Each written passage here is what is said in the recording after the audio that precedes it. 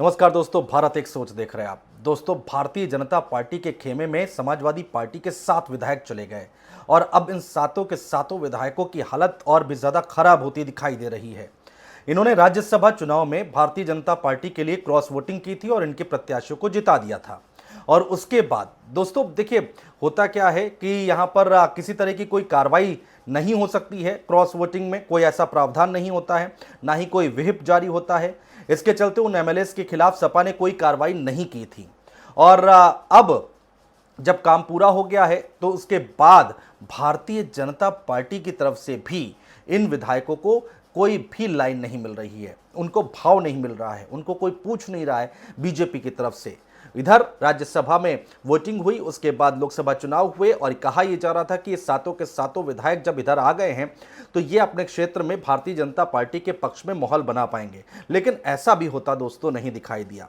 Samajwadi party इनको माफ करने के मूड में नहीं दिखाई दे रही है। समाजवादी पार्टी का कहना है कि गलती की माफी हो सकती है, लेकिन षड्यंत्र रचने की माफी कतई नहीं हो सकती है। अखिलेश यादव से कांटेक्ट करने की कई विधायकों ने कोशिश की, माफी मांगने की कोशिश की, दोबारा सपा के खेमे में आने की कोशिश की, लेकिन अखिलेश यादव ने लाइन नहीं दी। फकरुल हसन चांद ने ट्वीट करके इस बारे में बताया था, समाजवादी पार्टी के प्रवक्ता हैं।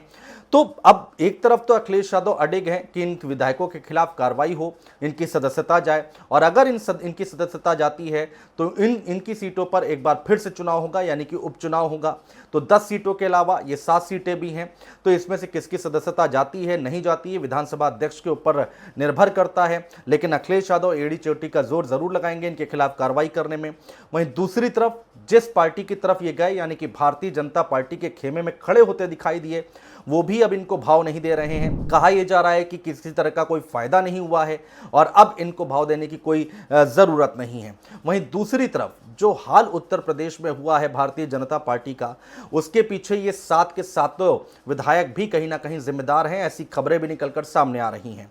जो भारतीय जनता पार्टी का कोर कार्यकर्ता था, जो जमीनी कार्यकर्ता था, वो घर बैठ गया इन विधायकों की वजह से। इनकी वजह से वो नाराज हुआ और वो घर बैठ गया, और इसीलिए ये कहा जा रहा है कि इन विधायकों की वजह से भी यहां पर रिजल्ट पर असर पड़ा है, भारतीय जनता पार्टी के पक्ष में वोट नहीं पड़े हैं, ऐसा कहा जा रहा है। मनोज पांडे की बात करें दोस्तों, मनोज पांडे की ऊंचाहार सीट से विधानसभा सदस्य हैं। इसके साथ ही साथ अगर हम बात करें पूजा पाल की, हम बात करें राकेश पांडे की, बात करें विनोद चतुर्वेदी की, बात करें आशुतोष वर्मा, अभय सिंह, इन सब की यहाँ पर जो लोकसभा क्षेत्र था वहां पर कुछ ज्यादा फायदा ये बीजेपी को पहुंचा नहीं पाए हैं।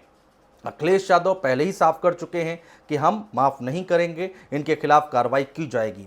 तो कितनी तगड़ी कार्रवाई होती है ये तो देखने वाली बात होगी दोस्तों।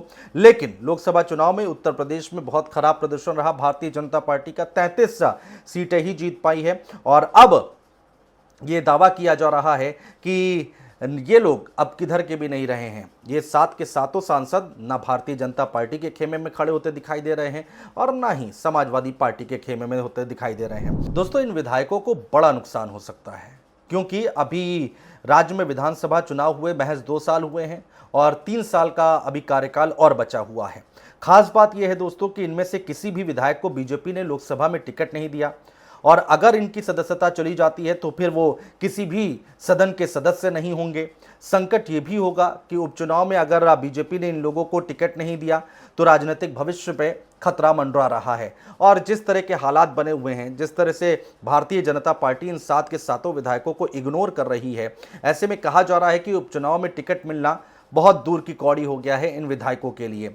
अगर यहां पर बीजेपी इनको तवज्जो देती है तो बीजेपी का जो मेन कार्यकर्ता है, जो ग्राउंड कार्यकर्ता है, जो लोकल कैडर है, वो इनसे जरूर नाराज है और वो भारतीय जनता पार्टी से भी नाराज होता दिखाई देगा। तो अपने लोगों की नाराजगी मोल लेने जैसा होगा अगर इन विधायकों को तवज्जो दी जाती है। तो कुल मिलाकर ये कहा जा सकता है कि ये जो 7 के सातों विधायक हैं ये कहीं के नहीं रहे, ना ही भारतीय जनता पार्टी के खेमे में दिखाई दे रहे हैं, ना उधर से लिफ्ट मिल रही है, ना अखिलेश यादव इनको साध रहे हैं। अखिलेश यादव उल्टा कार्रवाई करने की बात कर रहे हैं। कहा तो ये भी जा रहा है कि अखिलेश यादव ने इन लोगों के खिलाफ सबूत भी इकट्ठा कर लिए हैं। सबूत कि किस तरह से ये भारतीय जनता पार्टी के लिए कैंपेनिंग कर रहे थे, किस तरह से उनको सपोर्ट कर रहे थे। और अगर वो फोटोग्राफ और वीडियो जो मंच की अगर होंगी या फिर बीजेपी के नेताओं के साथ होंगी, अगर वो आ जाती हैं समाजवादी पार्टी के पास, जो कि कहा यह जा रहा है कि भारतीय समाजवादी पार्टी ने इनके खिलाफ सबूत इकट्ठा कर लिए हैं, तो इनकी सदस्यता भी जा सकती है।